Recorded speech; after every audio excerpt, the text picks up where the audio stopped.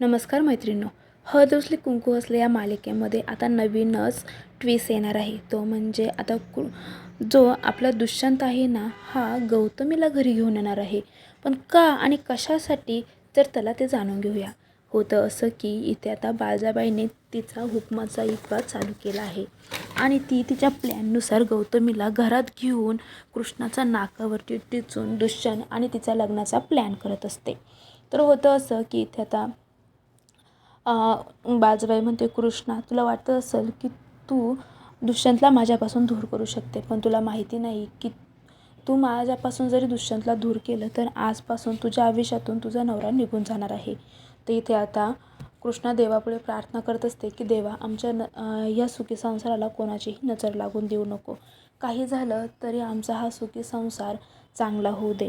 तर तेवढ्यात आता लगेच देवापुढचा दिवा विझतो. तर इकडे लगेच आता बाळजाबाई म्हणते, हे बघ कृष्णा, तुझ्या संसाराला ग्रहण तर लागलंच बघ.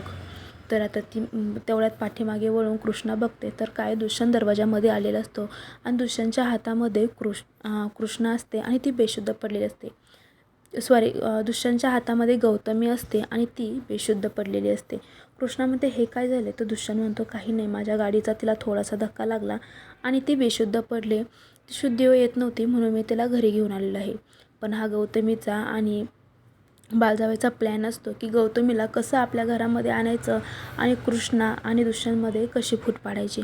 तर आता ह्या गौतमीच्या प्लॅनमुळे दुष्यंत आणि कृष्णा वेगळे होतील का, हे आपल्याला पुढील एपिसोडमध्ये बघायचं आहे. आणि त्यासाठी तुम्ही चॅनल सबस्क्राईब करा, व्हिडिओ लाईक करा. थँक्यू.